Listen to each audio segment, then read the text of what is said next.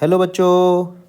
तो क्वेश्चन बोल रहा है a wall is made up of two equally thick layers A and B of different materials. The thermal conductivity of A is twice that of B. In steady state the temperature difference across the wall is 36 degree Celsius.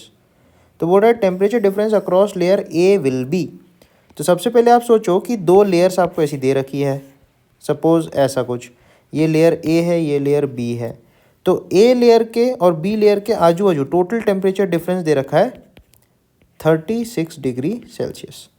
ए के across का हमको पूछा है, actually उसने delta T हमसे उसने पूछा है, राइट।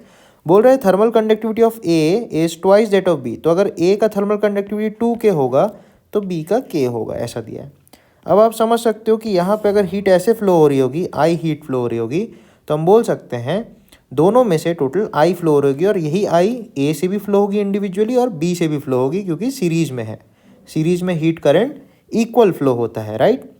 तो अगर आप टोटल लिखो तो दोनों को अगर एक सिंगल ब्लॉक मानो तो आप लिख सकते हो K equivalent into area into 36 degree upon 2 times thickness. तो यहाँ पे अगर थिकनेस में T बोल देता हूँ तो यहाँ पे भी T होगा, तो 2T ले लेंगे यहाँ पे। और K इक्वलेंट हम निकालेंगे अभी थर्मल रेसिस्टेंस के फंडे से। तो इतना हीट करंट इसमें से फ्लो हो रही होगी, और यही हीट करंट ए ब्लॉक के आजू बाजू भी फ्लो हो रही होगी। तो लिख सकते हैं thermal conductivity of A into उसका एरिया इंटू डेल्टा टी जो हमें निकालना है ए के आजू बाजू, होल अपॉन ए की थिकनेस टी। तो K इक्वलेंट निकालना है, तो इसके लिए हम यूज़ करेंगे थर्मल रेसिस्टेंस का फॉर्मूला। तो थर्मल रेजिस्टेंस सीरीज के लिए अपन ऐड अप करते हैं R1 प्लस R2। तो इस दोनों को ए और बी ब्लॉक को हटा के हम एक सिंगल ब्लॉक अगर लगाएं तो उसका K इक्वलेंट कितना होगा वो हम निकालना चाह रहे हैं, राइट। तो R होता है L अपॉन KA। तो यहाँ पे L की जगह मैं लिखूंगा 2 टाइम्स T, बिकॉज 2 थिकनेसेस है T और T यहाँ पे, राइट। और नीचे आएगा K equivalent into area of cross section, that will be equal to A का thermal resistance that will be L that is T by 2K into A plus R2 के लिए लिखोगे आप T by K into A. तो यहाँ से देखो T T T cancel हो गया, A कैंसिल हो गया, तो K 2 बाय K इक्वलेंट आपको मिलेगा 1/2K प्लस 1/K।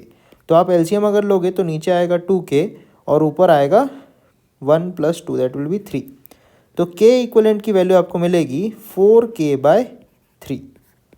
तो इस K इक्वलेंट को आप ऊपर यहाँ पे यूज़ कर लोगे तो हमारा काम बन जाएगा। तो अगर आप ऊपर की इक्वेशन में सॉल्व करोगे तो आप लिखोगे 4K/3 into area into 36 whole upon 2T equals 2KA delta T upon T। अब आप नोटिस करो T से T कैंसिल हो गया, A से A हो गया, K से K चला गया, 3 1 जा 3 12 जा हो गया, 2 6 जा। तो यहाँ से देखो डेल्टा T आ जाएगा 4 इंटू 6 अपॉन 2।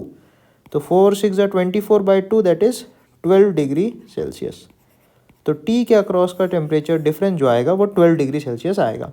तो right answer will be option B. Thank you बच्चों।